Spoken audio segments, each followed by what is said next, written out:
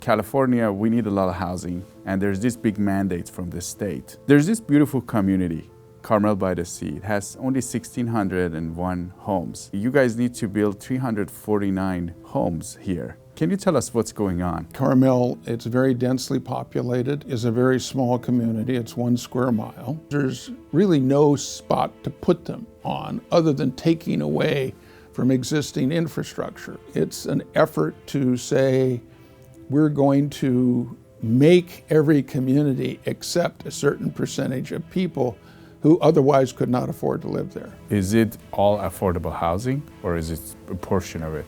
I don't think the Affordable Housing Act is about affordable housing at all. What it really is it's just an aspect of socialism. My guest today is James Ardaiz, a retired California appellate judge. Today, he's here to tell us what's happening at Carmel-by-the-sea and how the housing mandates in California might change this community as we know it. And now you're starting to see the reaction to it as communities are suing the state over the legislation and are attempting to band together to oppose the legislation. It's really kind of an odd grassroots conglomeration when you think about it, but there are just a lot of folks that are saying, you're just interfering in our lives to accomplish a social goal that we don't share. I'm Siyamak. Welcome to California Insider. James, it's great to have you on. Welcome. Thank you. We want to talk to you about housing. And you know, California, we need a lot of housing, and there's this big mandate from the state to build housing in different regions of the state. There's this beautiful community, Carmel-by-the-sea. It has only 1,601 homes. And there's a huge mandate on this community. You guys need to build 349 homes here. And you are from Carmel. Can you tell us what's going on?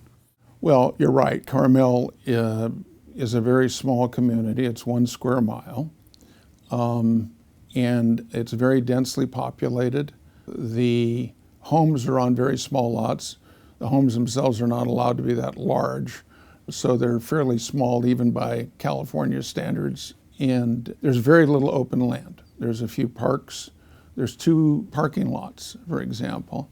One of the things that you hear from tourists is that the parking is terrible and they only have the 2 lots that they can go park in, or they're on the street. And so parking is a huge problem. Carmel is one of California and actually one of the world's destination places. I consider myself, my wife and I, extremely fortunate that we were able to kind of get a foot in the door and build up from there many years ago. It's a unique community. It's a tourist destination. People go there because of the atmosphere. The downtown area is small. The nature of it is pretty much upscale shopping and that type of thing, which makes it kind of inconsistent to impose housing mandates on a community like that. First of all, because there's really no spot to put them on other than taking away from existing infrastructure. Like, we have 2 parking lots. You want to build on the parking lots, you decrease the available parking in the community. You want to create density, but you would have to build up, which affects the nature of the community. And you know, Carmel more or less grew that way. It was an artistic community. That's its genesis. Robert Louis Stevenson wrote Treasure Island when he was staying in Carmel. Can you tell us what's happening and how did you find out about it? When the housing mandate came in of 340 some housing units, people began to say, well, where are you going to put them? How are we going to do that? And it's 1 square mile, the whole city. 1 square mile. And so the city started looking at open areas. Well, the only open areas were the parking areas or parking lots next to churches or parking lots next to a few of the stores, which aren't that big, by the way. They're not large parking lots, to put housing units on. Well, that's not going to do anything except exacerbate the parking problem. I mean, there's not opposition in the community to looking to find ways to put in affordable housing. There's not opposition to that. The opposition is, why would you want to create significantly greater density in the community without regard to the consequences, without regard to the traffic impact? You can't build a house in Carmel without dealing with the water shortage. So to simply say, well, you build the house and your water problems are not our problems, your sewage problems are not our problems, your parking problems are not our problems, your infrastructure is not our problem, to me is just irresponsible. When you look at the affordable housing legislation, what it really is an effort to introduce a system that forces communities to deal with economic disparity. You're in Orange County. Orange County is a pretty expensive community to live in. I imagine your median home in this community is probably close to $800,000 or $900,000. Yeah. Okay. Well, to somebody that lives in Kansas, $800,000 or $900,000 sounds like a lot of money. To somebody that lives in the Central Valley, $800,000 or $900,000 is a tremendous amount of money. To somebody that lives in Carmel or Monterey, it's the price of a house. So those are simply reflections of availability of land and the nature of the community. The Affordable Housing Act makes it clear that they want to address economic disparity as discrimination. What they say is, in effect, and it's right there in the legislation, and I mean, I'm paraphrasing it, but what they say is that people have been economically discriminated against by more affluent communities. The reasoning being that because they're more affluent communities and people with less means cannot afford to live there, that they've been discriminated against. Well, economics is not really a basis for discrimination. It's not a suspect class. What it really is it's just an aspect of socialism, is exactly what it is. And it's an effort to say, we're going to make every community accept a certain percentage of people who otherwise could not afford to live there. And that's going to address equity and economic disparity. Well, you can, if you buy into that, I guess that, there's some sense to it, but it basically ignores the fact that there are a lot of things that come into quality of life. People want to live in a place they can afford to live in. That's not just a house. That's that you have a school that your kids can go to, that you have a store that you can shop at. And in my view, using a cookie cutter approach that disregards all of the consequences is not in the best interest of anybody, and it just destroys communities, which is one of the reasons so many communities have reacted adversely to it, particularly in the coastal regions. I don't see an aversion to affordable housing. What I see is an aversion to disregarding the consequences in terms of where they're going to make you put it. The state isn't having to live with that. In Carmel, for example, if you wanted to build on one of the parking lots, an acre is about 43,000 square feet. So if you were to allocate, say, 1,000 square feet to a housing unit, and by that I mean that would include your parking or your ingress and egress and everything else. A small house. You would be talking about something about 500 square feet. And how many would you be talking about? Well, you'd be talking about 40, maybe 40 housing units on an acre, unless you built up. Well, nobody in the Carmel is allowed to build up. So that's always been the way it is, because people get a view and they get, they can see the ocean, they can see the trees, whatever it may be, and everybody doesn't have a view of the ocean, so don't get the wrong idea. So you start building multi-story structures. Well, multi-story structures have their own negatives, and you have to deal with the water and the sewage and where are people going to park, because if you're going to take away the parking lots, well, you displace 400 or 500 parking spots, but you also add another 400 parking. From the new residents. From the right. new residents. So now you're talking about, if you're going to replace all of it, 900 parking units, where are you going to put those people? Well, the state, that's not a concern. They don't worry about that. That's your problem. Well, to me, it's ridiculous. I think that you could say what you should be saying, in my opinion, to communities and counties is, you have a population of so much, you need to change your zoning so that when you approve new residential development, which many counties do, they build subdivisions. So many in those subdivisions have to be built in a way that they can accommodate people that make whatever it is, 50% of the average income. And I mean, I'm not suggesting that, I'm simply pointing out that would allow you to build the infrastructure and everything. But in existing communities where there isn't that kind of opportunity, where you don't build subdivisions, where everything is tightly regulated because of space and water and sewage, it's irresponsible to just say, do it. And you're supposed to figure out how to do it. And is this 349 units that you guys are mandated to build, is it all affordable housing, or is it a portion of it?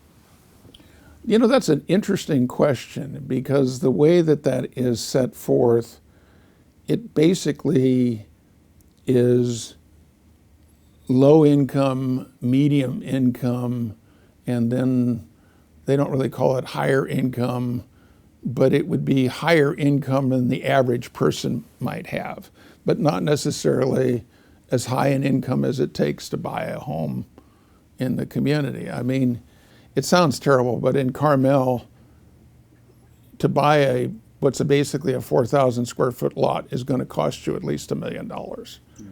And that's not counting the house. I was always shocked whenever I got my first insurance bill, and I said, gee, that doesn't seem very much.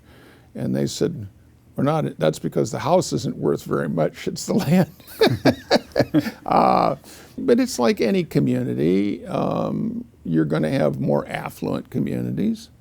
It's really designed to address what generally referred to as DEI, diversity, equity, inclusion objectives.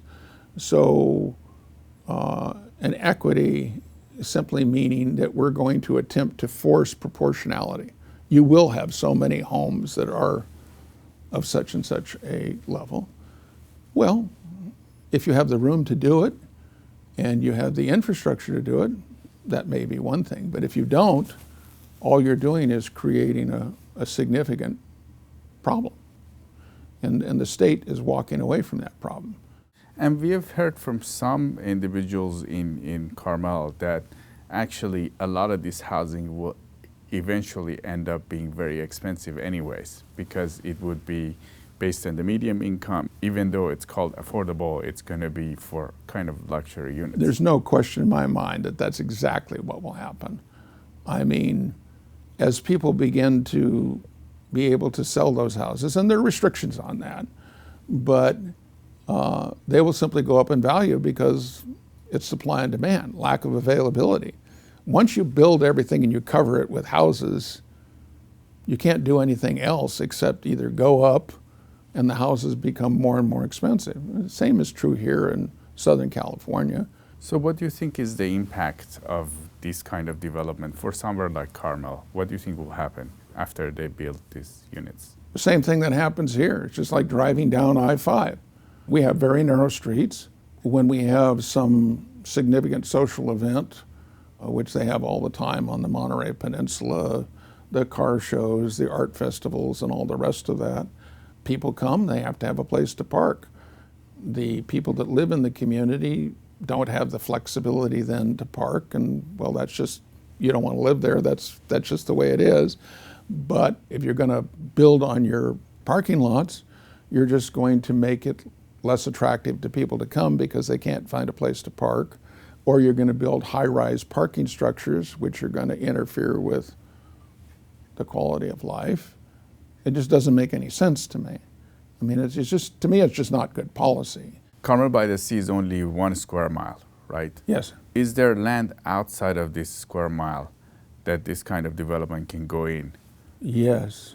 If you go into Monterey, you will go past Fort Ord, which is well in excess of 100,000 acres, if not more, of open land. Very little of it is fully developed. You've got all kinds of areas that are open. They have infrastructure nearby. They have schools nearby. They have ocean views. I mean, they have ocean views oh, too. Yeah. And I mean, not obstructed ocean views. I mean, full ocean views. You could build, and they're not separated from the community. I mean, they're just, that land is right there in the middle. If you come in, you will see Fort Ord on both sides of Highway 1, and with huge open land, rolling land, beautiful open land that developers salivate over. That land is available. The land near Salinas, which is a fairly significant metropolitan area in Monterey County, has large areas of open land. It has infrastructure. In the area of Carmel itself, there's very little open land. It's very densely populated. Outside of the 1 square mile, there are some areas that are open that you could build on, where you would not be significantly impacting the normal community infrastructure, but that would have available things nearby, and where you could build a nice community. Look, I didn't grow up with any degree of affluence. I understand what it means not to have a lot, but I don't know anybody who doesn't have a lot that doesn't want to live as nicely as they can in as nice an atmosphere as they can get for themselves and their children. A place for their kids to play, a place nearby to shop, as nice a house as they can get. I don't know anybody that doesn't want that. And so why would you just simply say, well, you're going to have a 400 or 500 square foot unit, but you get to live in Carmel? I mean, my answer would be, why would I want to live there in an oversized closet? I mean, why would I want to do that? I'm not a college student, okay? And you're going to put a family in there? That doesn't make any sense to me, unless you're trying to accomplish a social objective. Build where you can build the best housing, the best infrastructure, and give people a decent quality of life. To me, if you're really about affordable housing, that makes sense. I don't think the Affordable Housing Act is about affordable housing at all. I think it's entirely about DEI and social objectives. I think that's exactly what it's about. And because if you were simply doing something for affordable housing, there are a lot more pragmatic ways to do it that would be more beneficial to people, in my opinion. Are you concerned with stock market volatility? The markets closing in on their worst year since the financial crisis. Two of the major indices had their worst day since 2020. U.S. financial markets had their worst day since the start of the pandemic. Do you really trust this economy? News are growing that the U.S. economy could be headed for a recession. Inflation soaring to its highest level in nearly 40 years. Prices for gas and groceries are so high, inflation sending already sky-high prices soaring even higher across the board. What if you could invest in a portfolio with a higher fixed rate of return that's not correlated to the stock market? You can turn your monthly income on or off, compound it, whatever you choose, and there is no loss of principal if you need your money back. And absolutely, there are no fees. Just log on to investverify.com. Folks, I personally invest my own money with Verify. Log on to investverify.com or call 888-VERIFY-24. Now let's go back to the interview. Some people are saying it's because of there's another component to this. It's not just the affordable component. There's also another component where they don't want people to drive. And they want to densify these communities because they don't like us driving. Now, is there any jobs in Carmel that these people, is that going to happen in Carmel? You're talking about the concept of the 15-minute community where everybody can walk to work, walk to eat, walk to shop. Well, I suppose if you designed a community like that, you could do it. Carmel isn't designed like that. Are there jobs? Well, sure, there are service jobs. You have people that work, there's hotel rooms. There are people that work in the hotels. There are people that work in the restaurants, people that work in the shops. They come in from other areas of the county, Seaside, Marina, Salinas, where housing costs and living costs are lower. Most of them ride in on the bus, or they commute in groups because it's too difficult to find parking, and they park in the parking lots. So I suppose the answer to your question would be yes, those folks would be able to walk to work, but in order to do that, they give up having a nicer place to live in, open land, infrastructure that economically makes sense. So I'm not sure that, I don't know where you shop, but in Carmel, there's like one market, and it's a small market, and I'm not disparaging it. It's a supply and demand thing. If you need a pound of butter, it's going to cost you $2 more there than it's going to cost you if you drive 10 minutes to get to Safeway. Okay. If you need to buy a t-shirt, you're not going to go down to Ocean Avenue and shop at Coach or one of the other places for a t-shirt. You're going to drive into Monterey. There is no infrastructure that really supports the normal needs of people. I don't care, even the people that live there, there's no infrastructure that supports that. So even though they're putting this housing there, people still have to drive out to other places? Sure, that's a pragmatic solution. You want to buy a pound of hamburger or shop for your weekly shopping, you're going to have to drive. Probably other jobs are not there either, right? There's only touristic jobs that... Basically, tourist-type jobs, yes. It is a tourist-driven economy. So essentially, these buildings are going to be built in this 1 square mile, 349 units, where they can put them in another place. How far away is it, the open land that you're mentioning from this area? Well, there's actually open land fairly close to the perimeter of Carmel-by-the-sea. So just outside of the 1 square mile, they're redoing what used to be a hospital, and that's going to be built into lower income housing. But when we talk about low income in California and medium income in California are difficult perspectives for people that don't live in California. But let's face it, you're living in a house that costs $1 million, $2 million, you're not low income. But you might be low income compared to Atherton or Montecito or Beverly Hills or Orange County. I just think that there is just a failure to consider the consequences in the rush to achieve a social goal that I don't think is realistic or appropriate. What's the social goal in your opinion? What does it look like to you? I think the social goal is to attempt to force communities.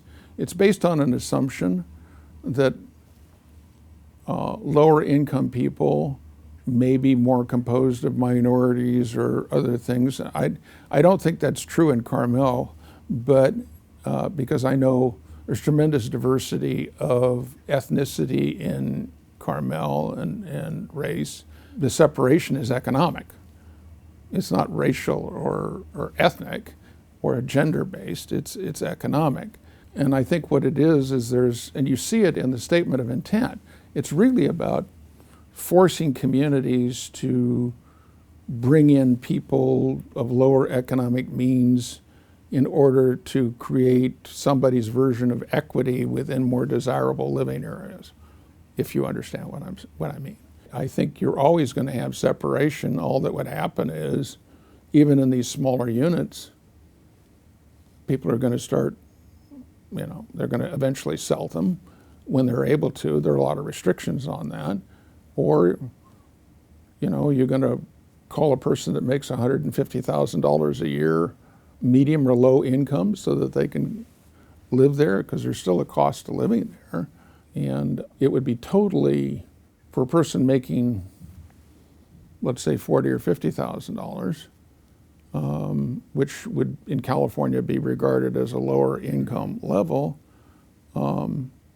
it would be very difficult to afford to live in that community. And you would have to give up a deal. And you would be living in a very small unit. My question was, why would you want to do that? You certainly wouldn't want to raise a family in that if you could avoid it. I mean, some people can't, and I understand that. But I mean, the point is, it wouldn't be a goal to give up everything else to live in someplace else so you can say, well, I live in Carmel-by-the-sea. Yeah. To me, it's like a lot of ill-considered social goals. But when you go an inch below the surface, you realize there's huge problems with that.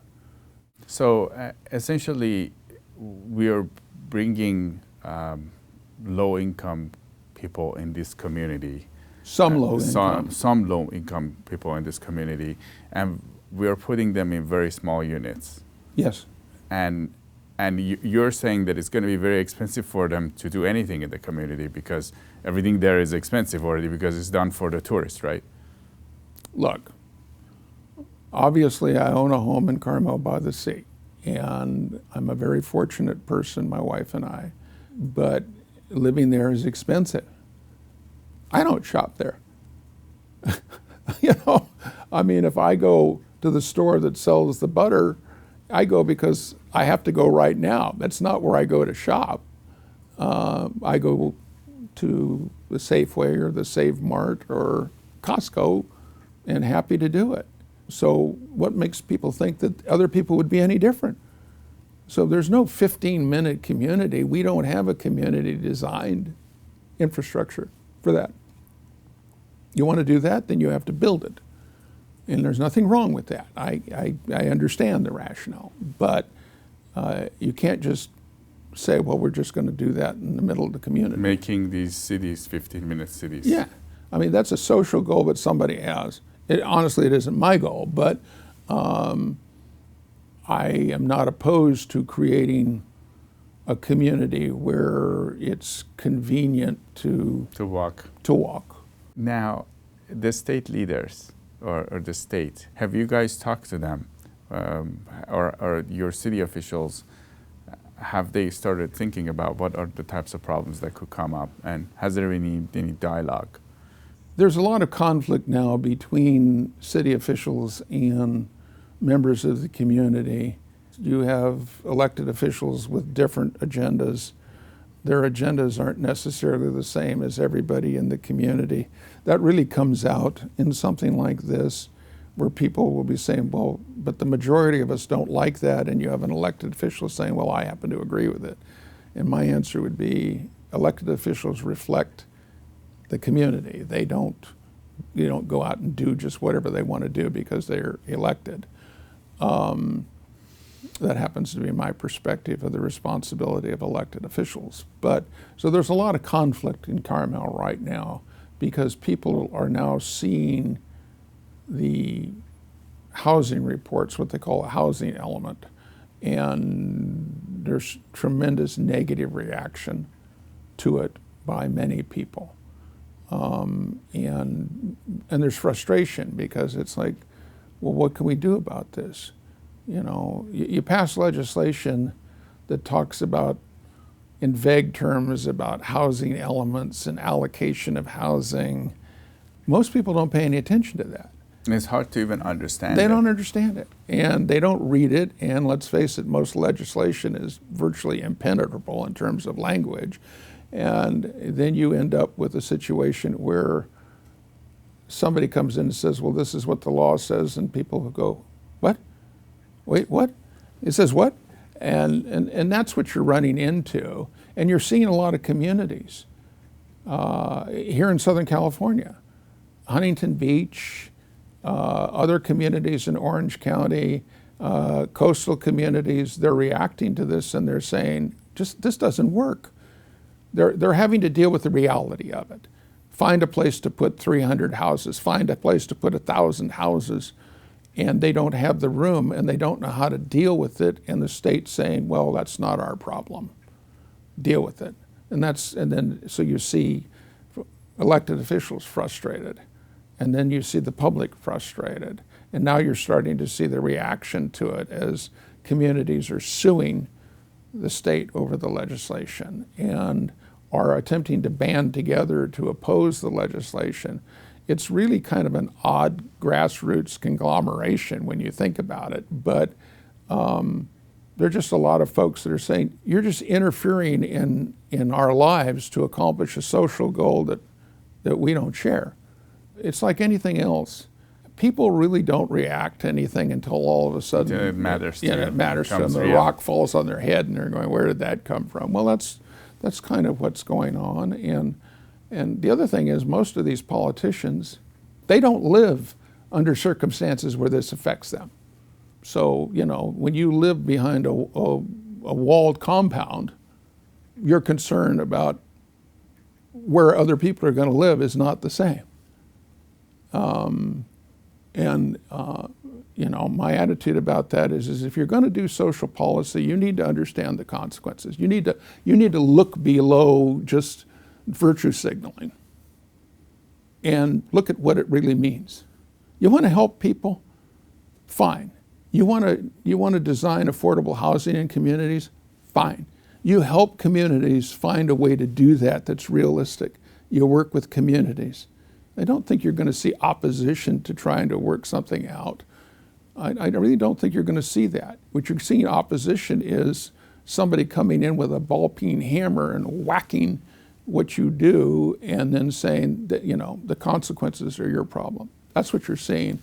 And I think there's a lot of resentment. That's mostly what I see. I don't hear anybody saying, I don't want affordable housing. I hear them say, this is stupid. The way we are doing it. The way we're doing it, yes. Now, James, you have been a prominent judge in California, and you have a history in this state. And is what's happening in this state, this conflict, the way it's happening, is this how traditionally California has been? Or is it different from the way California was? I'm 76 years old. I know I look 40, but I'm 76. You look a lot younger. All right, maybe I don't look 40, but... Maybe 45. Thank you. I've seen the evolution in California. I mean, I was a student when Reagan was governor, when Pat Brown Sr. was governor, when George Deukmejian was governor, when Pete Wilson was governor. I worked with a lot of the governors, not with Governor Reagan, I'm not that old, but with certainly with Governor Deukmejian and Governor Wilson and Schwarzenegger and Governor Brown Jr. I worked with all those governors. And I've seen an evolution in California. I've seen a transition which is much less interested in consequences as opposed to visibility. You take somebody like Pat Brown Sr., Democratic governor. Pat Brown Sr. would be considered a conservative Republican now. Jerry Brown's dad. He gave us a tremendous water infrastructure in California, which helps to serve our water needs. We're outgrowing those water needs. Help with highways. Reagan, the same thing. Their vision of responsibility to the people of the state was to create a better life based upon the things that government could do. We all need water, create a better water system. We need roads, create a better road system. Then we began a transition towards social engineering, attempting to deal with the social ills that you have in any densely populated state.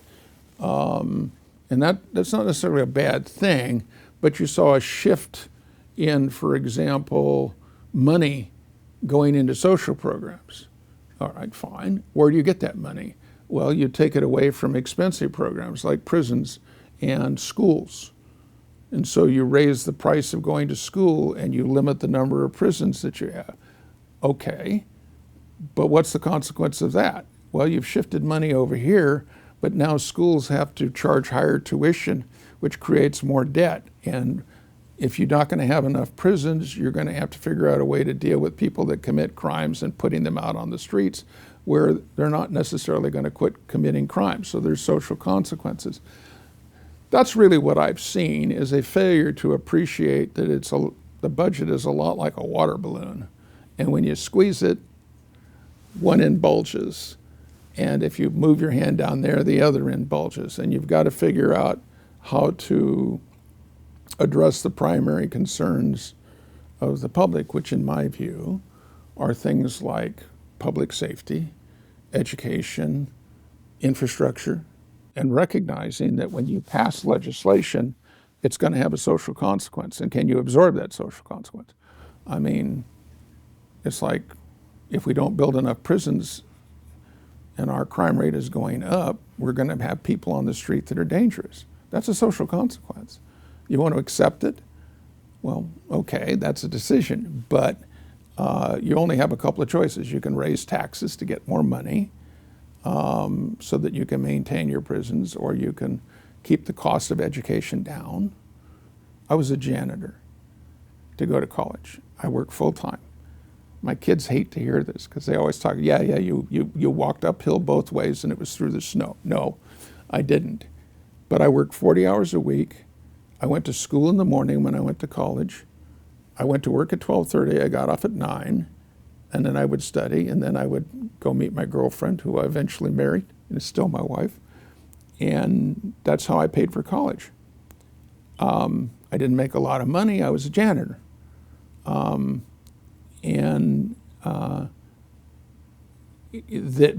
the reality is, I couldn't do that now because of the cost of education. Even working full time, I could not afford to go. I always wanted to go to UCLA. I was accepted at UCLA. I was ecstatic. And then I got my notice from UCLA. It was how much money it was going to cost me to go to school. Well, I didn't have that kind of money.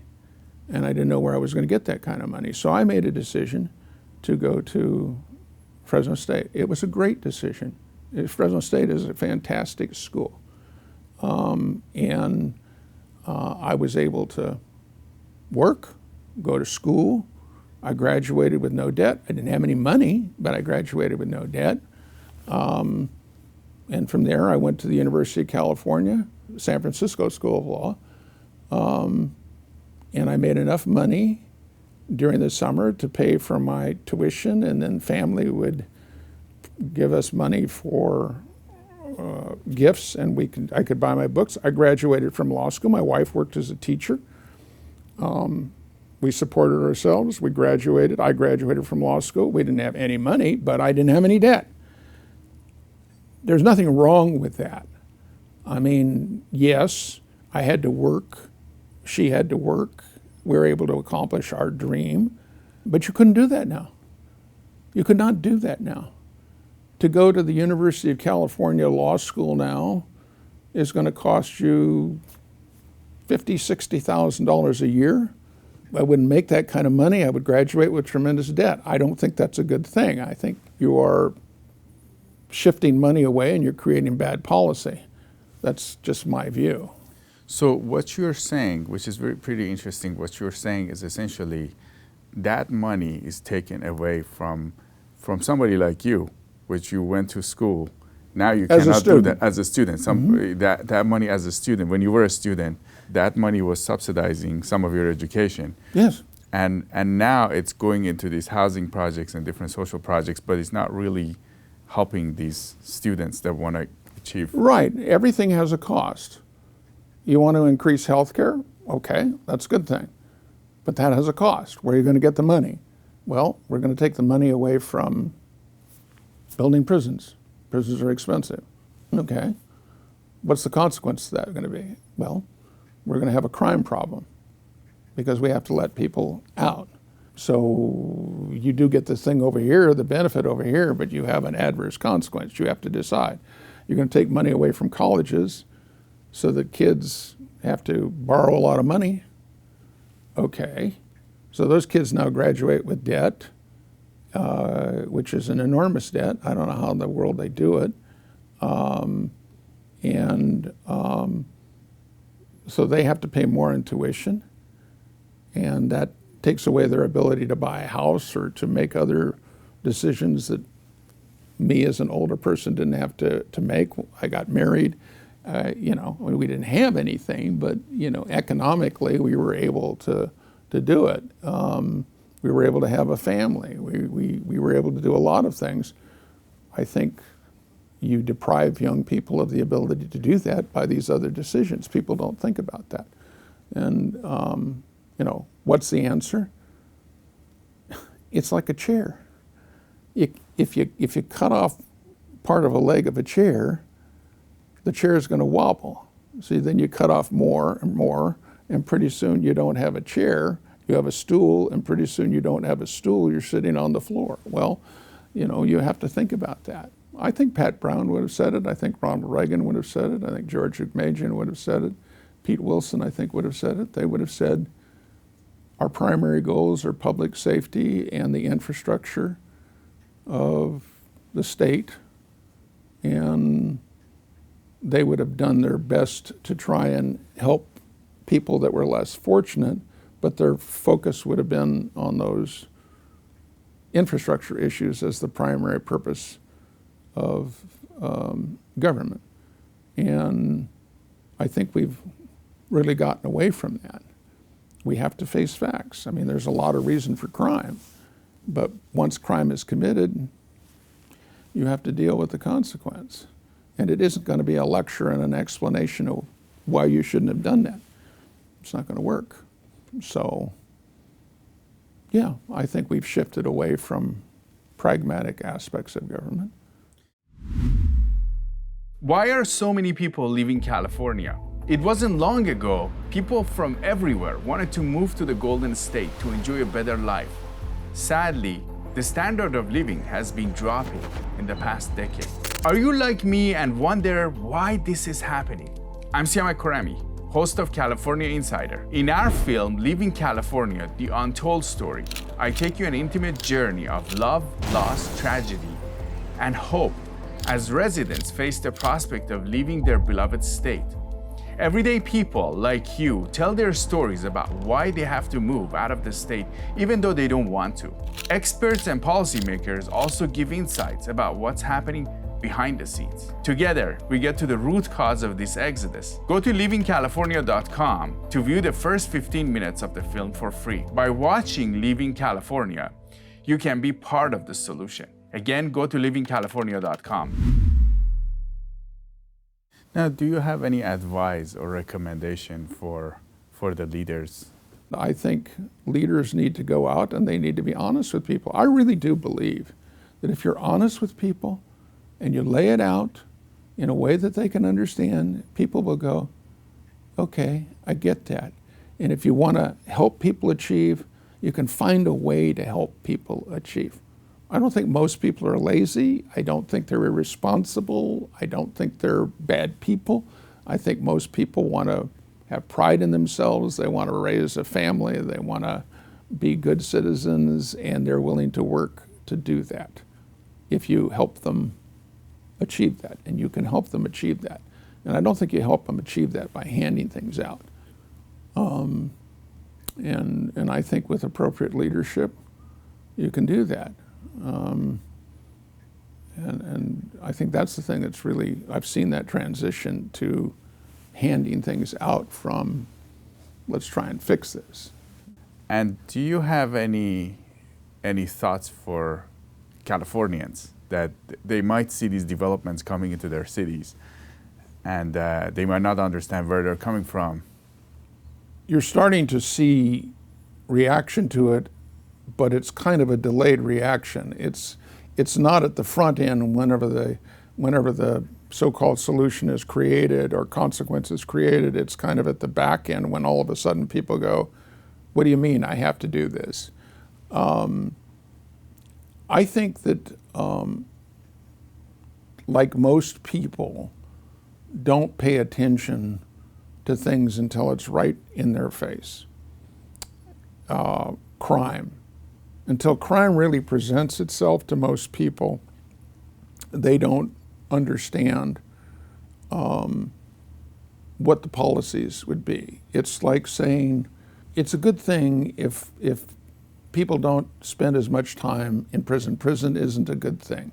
So we should make efforts to reduce the amount of time that people spend in prison. Okay.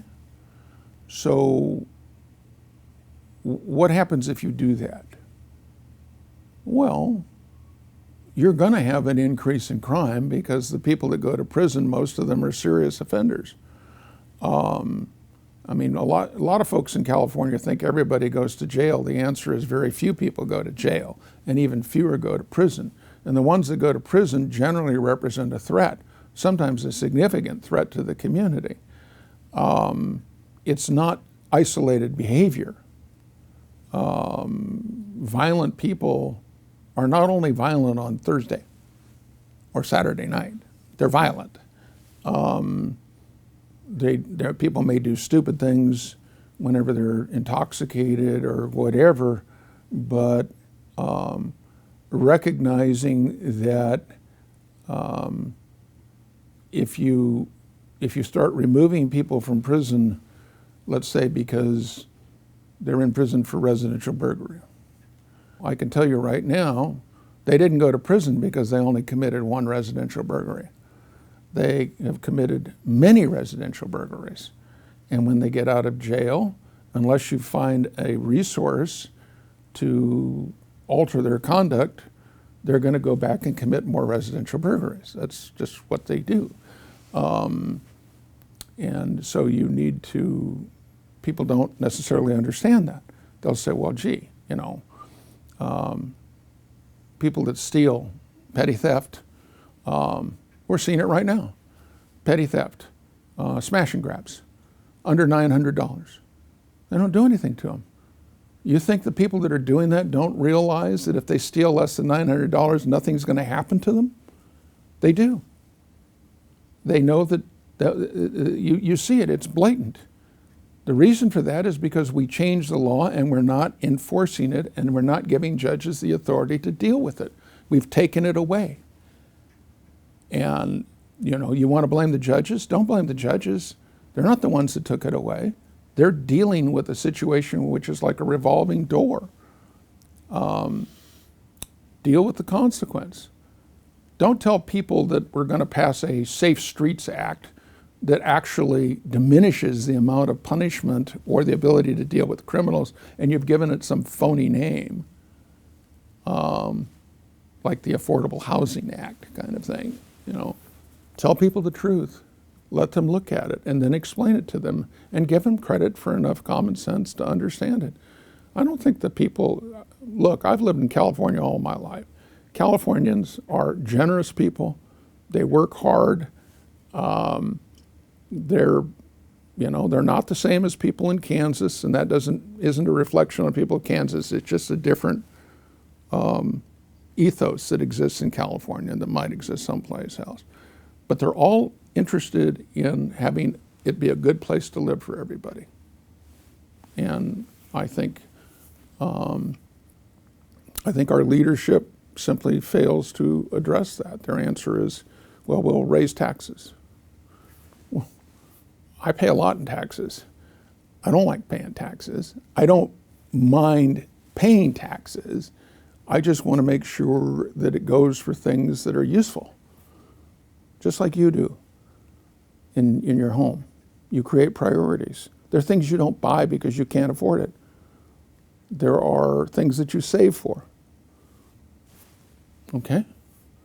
It's no different at the government level. If you start using your MasterCard because you don't want to live within your income, you're still going to owe that money and it's going to build up. Well, that's what you're seeing with the government.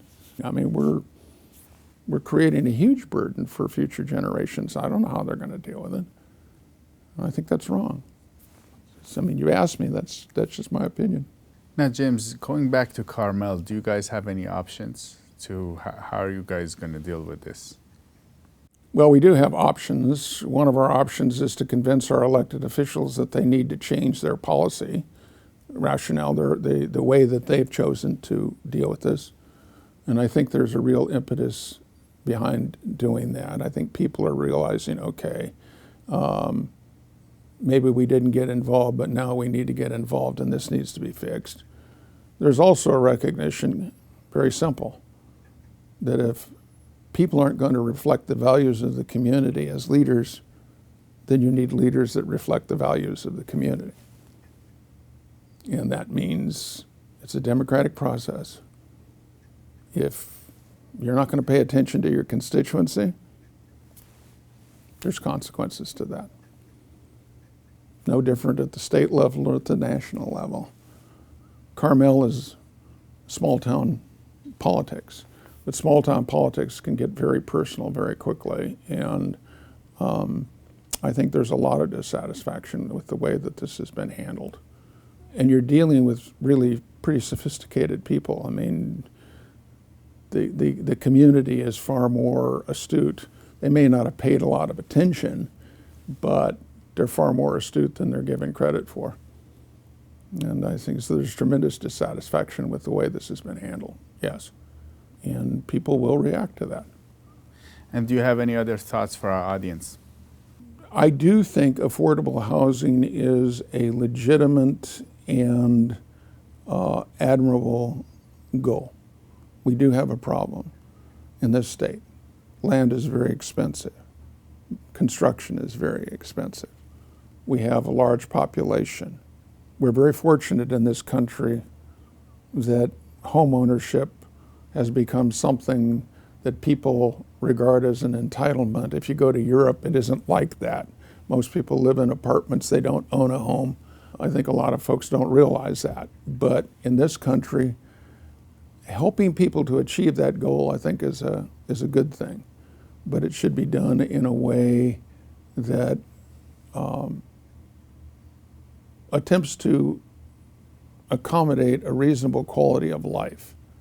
It's not enough just to say you got a 400 square foot place to live in. It should be you have the opportunity to have something where you can raise your kids and they can play in the yard. That should be our goal. And we have the ability to do it. I mean, we're not New York City where everything is covered with asphalt and they go and worship a tree on the weekends. We have the ability to do it. And we should try and do it. And we should give people opportunities to be a part of it. I think people are willing to work for a goal that they understand, and it doesn't make any difference economically. I really do believe that. I think if you give people the opportunity and you help them find a way to achieve that goal that's realistic, they'll do it. And if they don't, well, whose fault is that? And so, yeah, I think there's ways to deal with it. Quit trying to make everything a social result. Look at the pragmatic aspect. You want affordable housing? We can do that in a fair and reasonable way. We can do that. And we can give people the opportunity. And that will boost them, and it will boost their children. It will. That's just what I believe. I believe you give people a helping hand and help them to earn that and show them the way, they will achieve. That's how this country got to be the way that it is. I think it's lost its way a bit, but that's how we got here, was opportunity. I really believe in that. I'm absolutely an example of opportunity. I was a janitor. I worked in a hospital. I cleaned up blood and urine and poop, and that's what I did. And then I washed my hands and I went home and I studied. I was fortunate, but I never forgot those lessons. And my mom would have said, the only person you could depend upon is you and your family. That's it. I went to law school. I came out. I became a prosecutor. I became a judge. I taught other judges. I became a judicial leader. I wrote laws. I tried to help make my state a better place. I think I made it a better place for people, and I think I made it a better place for my family. Nobody handed anything to me, but people did give me opportunities, and I took those opportunities. I understood what it was like to be poor by some people's standards. I understood what it was like to have to struggle, but I also understood that as long as I did my best and I tried to contribute, that would be a good thing. And that's just really how I look at it. I mean, my obligation as a citizen doesn't just extend to my family. It extends to taking whatever talents I have and trying to make my community a better place. You know, that's what I was taught, and that's how I try to react. That if I have the ability, I need to use that ability in a positive manner. And I really believe that, well, it's simple. I was always taught every gift you have is a gift that you get from God. That's what I was taught. And what you do with it is the gift that you give back. Now, whether you believe that the attributes you have are gifts from God or just genetic, it doesn't make any difference. You didn't make those things. That's what you got. And you have an obligation as a citizen to do the best you can with them. That's how I feel about it. That's my basic philosophy. It always has been. I don't always succeed, but I try. James Ardaiz, retired California appellate judge. It was great to have you on California Insider. Thank you very much for the opportunity.